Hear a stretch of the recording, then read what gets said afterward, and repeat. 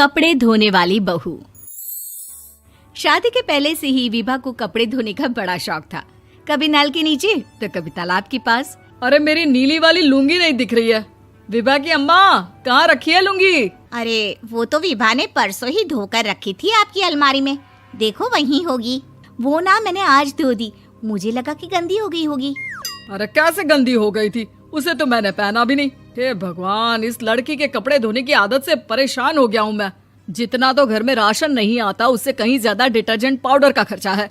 इसकी शादी करवा दो, शादी जाए अपने घर में ही करे काम, फिर चाहे घर के कपड़े धोने हो या पूरे गांव के। हाँ ठीक बोल रही हो, देखता हूँ मैं कोई लड़का। वो दिन भी आ जाता है जब विभा को देखने लड़के वाले आ जाते हैं। लड़की मुझे अच्छी लगी। होने वाली सास कहती है, बेटी अगर कुछ पूछना है तो पूछ लो। वैसे तो हमारी लड़की बहुत ही शर्मीली है, जो बोल दो वो मान लेती है, इसे क्या पूछना होगा। अरे कैसी बात कर रही हो माँ, मुझे इन लोगों के घर रहना है, सवाल तो कई है। हाँ हाँ बेटा पूछ लो ना, क्या पूछना है। आप लोगों के घर कपड़े कौन धोता है? सास का मुंह बन जाता है। देखो अगर तुम ये कहना चाहती हो कि तुम्हें कपड़े धोने नहीं आते तो सुन लो, कपड़े मैं ही धोती हूँ, लेकिन तुम्हारे आ जाने के बाद मैं रुमाल तक नहीं धोऊंगी। अरे चुप रहना भाग्यवान, बहू बेचारी घर आई नहीं, उसे डराना शुरू कर दिया।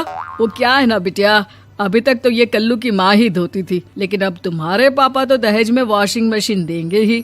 तभी विभा की माँ बोल पड़ती है, सवाल भी पूछा तो क्या। वैसे भाई साहब, मशीन की तो फिर भी कपड़े धोने की कैपेसिटी होती है। मतलब जो बिटिया दे रहे हैं ना विभा, इसे कपड़े धोने का बहुत शौक है। ये आप लोगों के क्या, आस पड़ोस गांव मोहल्ले सबके कपड़े धो दे और उफ तक ना करे।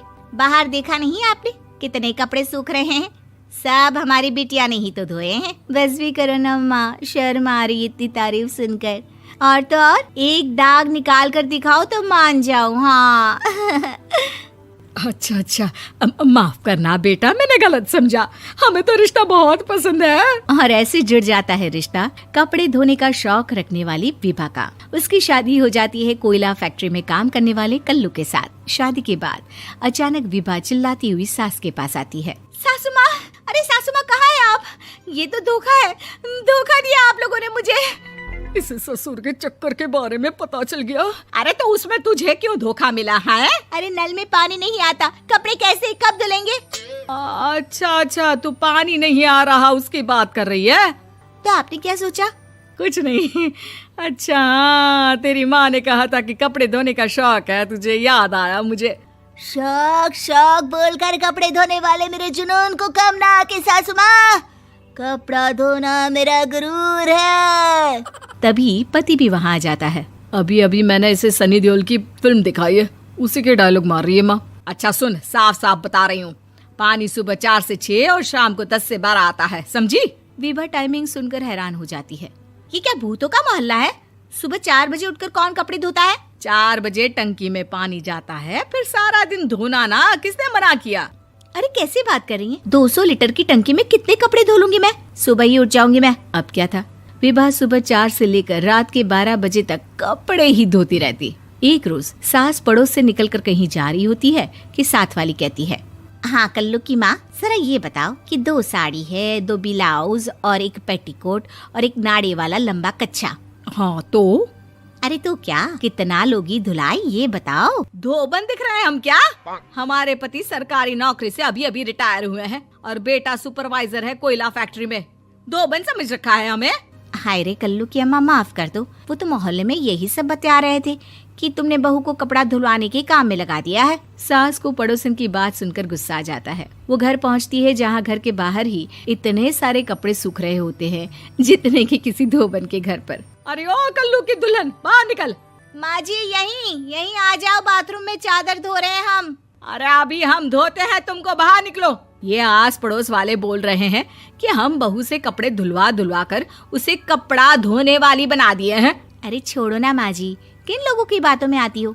आस पास के लोगों का तो काम ही होता है कि वो किसी तरह सास बहू को लड़ा दे। बहू सारे घर के कपड़े धोती है, ये क्या कम है? बोलिए। सास को भी लग जाता है कि वो बहू का ये सनकीपन नहीं छुड़वा सकती, इससे अच्छा है कि खुद ही चुप हो जाए। एक रोज सास और बहू मंदिर जाते हैं, जहाँ सास की साड़ी वहाँ खड़ी भीख मांगने वाली से मिलती है। माँ जी क्या बात है, आपकी साड़ी उस भिखारन से कितनी मिल रही है ना? हाँ हाँ देखो तो, दोनों की साड़ी मिल रही है। क्या बात है कल्लू की अम्मा, तुम खुद को तो अफसर की बीवी बताती हो और ऐसी सिंपल सी प्लेन साड़ी पहनकर घूमती हो। सिंपल और प्लेन नहीं है ये साड़ी। तो क्या सोने के धागे से फूल बने हैं? कुछ भी सासू माँ, कुछ भी। हाँ बने थे इस साड़ी में सोने के धागे से फूल। मेरे पति लेकर आए थे मद्रास से स्पेशली मेरे लिए 10,000 की। ताहे भाई साहब इस भिखारन के लिए भी सेम टू सेम साड़ी लेकर आए होंगे 10,000 की। सास उस वक्त तो कुछ नहीं कहती, लेकिन बहू के साथ घर आती है और अलमारी से एल्बम निकाल कर लाती है। ये साड़ी देख रही है, ये वही साड़ी है जिसे मैंने अभी पहना था। इस साड़ी में ये जो चमकदार फूल दिख रहे हैं ना, ये सोने के धागों से काटे गए हैं। लेकिन तू लोकल वॉशिंग मशीन ब्रश से घिस घिस कर सारे फूलों को निकाल कर साड़ी प्लेन कर दी। मुझे माफ कर दीजिए सासू माँ। और तो और, जब मैंने तुझे तेरी गलती के लिए कुछ नहीं कहा, लेकिन तूने तो सबके सामने मेरा मजाक ही बना दिया। क्यों? बहू को समझ में आ जाता है कि अब से उसका कपड़े धोना बंद।